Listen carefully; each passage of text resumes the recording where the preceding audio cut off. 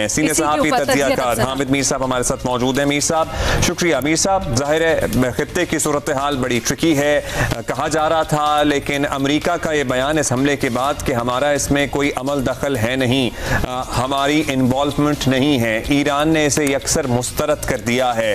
क्या लगता है कि ईरान इतने बड़े भारी नुकसान के बाद फौरी तौर पर किसी रद्द अमल देने की पोजीशन में भी है?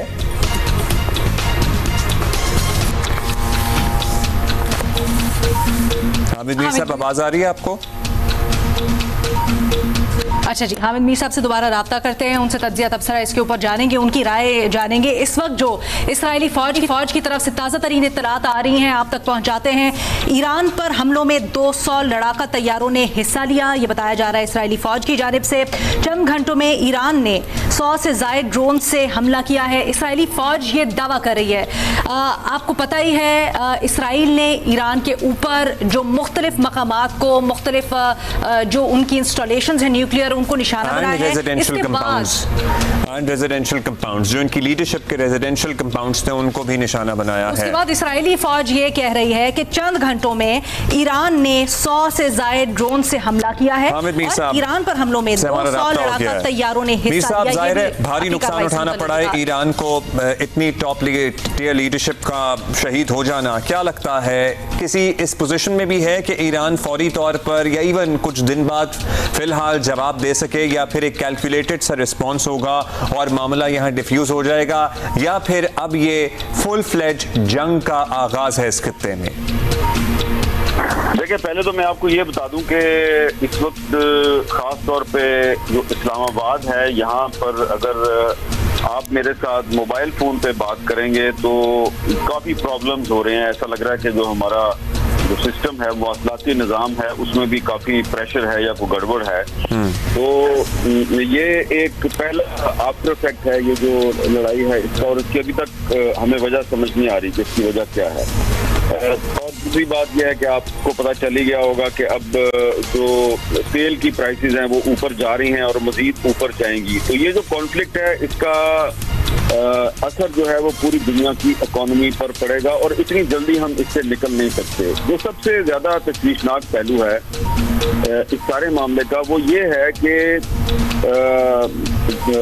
मस्कत में संडे को, यानी आज से 2 दिन के बाद, ईरान और अमेरिका के मुज़ाकरात होने वाले थे और उन मुज़ाकरात के बारे में ख्याल ये था कि कोई ब्रेक थ्रू हो सकता है और इसीलिए डोनाल्ड ट्रंप जो है वो कोशिश कर रहे थे कि इसराइल को रोकें कि वो ईरान पर हमला ना करे। लेकिन इसराइल ने ट्रंप साहब की बात नहीं सुनी और हमला कर दिया, जिससे ये लग रहा है कि मैंने अभी सुन रहा था अमेरिकन मीडिया पे कुछ एक्सपर्ट्स का ये ख्याल है कि नेतन्याहू ने जानबूझ के ट्रंप को ड्रैग करने की कोशिश की है इस सारे कॉन्फ्लिक्ट में। लेकिन ईरान जो है वो ये समझता है कि कोई माने या ना माने, लेकिन ईरान ये कहता है कि जी अमेरिका जो है वो 100% इस हमले में मुलव्वस है।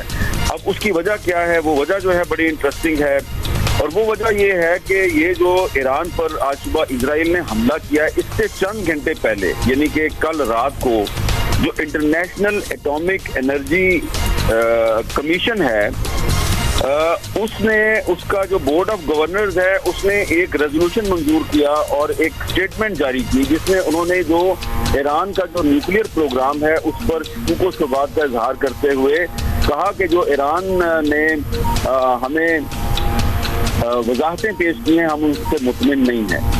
अब ये जो बोर्ड ऑफ गवर्नर्स है इसमें पाकिस्तान भी शामिल है और 3 कंट्रीज जो हैं उन्होंने ये जो रेजोल्यूशन है उसको स्ट्रांगली अपोज किया। वो 3 कंट्रीज कौन थे? रूस, चीन और बुर्किना फासो। जबकि पाकिस्तान समेत 11 ममालिक ने एब्सटेन किया, यानी कि पाकिस्तान ने ना तो यस किया ना नो किया बल्कि एब्सटेन कर दिया और अमेरिका जो है उसने इस रेजोल्यूशन की हमायत की। तो ये हमें समझने की जरूरत है कि जो ईरान कह रहा है कि जी इस इजरायली हमले में अमेरिका 100% इन्वॉल्व है, उसकी वजह यह है कि हमले से चंद घंटे पहले जो इंटरनेशनल एटॉमिक एनर्जी कमीशन ने जो एक रेजोल्यूशन मंजूर किया है उसमें अमेरिका की साइड शामिल है और पाकिस्तान और 11 दीगर ममालिक ने एब्सटेन किया है, कोई हमने पोजीशन नहीं ली। ये हमारी पोजीशन काफी अरसे से यही है। हम जब भी IAEA में जब भी इस तरह का कोई मामला आता है तो हम अब्सटेन करते हैं, हम ईरान के ना हमायत करते हैं ना मुखालफत करते हैं। लेकिन अब जो सूरत हाल है वो बड़ी ही तशवीशनाक है, क्योंकि अब ईरान ने जो एक इतना भरपूर हमला किया है, इसमें वही ड्रोन इस्तेमाल हुए हैं जो ड्रोन इंडिया ने पाकिस्तान पर हमले में इस्तेमाल किए थे। और इसमें जो एक और तशवीशनाक पहलू ये है कि ये कोई किसी को अच्छा लगे या बुरा लगे कि जो इजराइल का जो इंटेलिजेंस का सिस्टम है विद इन ईरान, वो ऐसा लगता है कि बड़ा इफेक्टिव है। उनको बड़ी अच्छी तरह पता था कि ईरान का की जो अहम फौजी शख्सियात हैं वो कहाँ पर बैठी हुई हैं, उनकी जो रेवोल्यूशनरी गार्ड के कमांडर्स हैं वो कहाँ पे बैठे हुए हैं, उनके साइंटिस्ट जो हैं वो कहाँ पे सोए हुए हैं, और उन सब को उन्होंने बहुत ही आसानी से टारगेट किया है। और ये पहली दफा नहीं किया, ये पिछले 5-6 साल से ऐसा ही हो रहा है। एक ईरान के बहुत बड़े न्यूक्लियर साइंटिस्ट थे मोहसिन फखरीजादे, उनको आज से 5 साल पहले ईरान में इसी तरह उनको टारगेट किया गया। फिर आपको याद होगा पिछले साल हमास के सरबराह इस्माइल हानिया साहब को भी तेहरान में इसी तरीके से अटैक किया गया। तो ये एक बड़ी ही तशवीशनाक बात है कि इजराइल का जो इंटेलिजेंस सिस्टम है वो बहुत ही इफेक्टिव नजर आता है विद इन ईरान। और पिछले साल जब इस्माइल हानिया पर हमले के बाद ईरान ने जवाबी हमला किया इसराइल के खिलाफ, 180 से ज्यादा उन्होंने मिसाइल फायर किए। कोई भी मिसाइल जो है उसके दिफाई निजाम को नहीं पार कर सका, हाँ, वो कोई किसी को बड़ा नुकसान नहीं पहुंचा सके।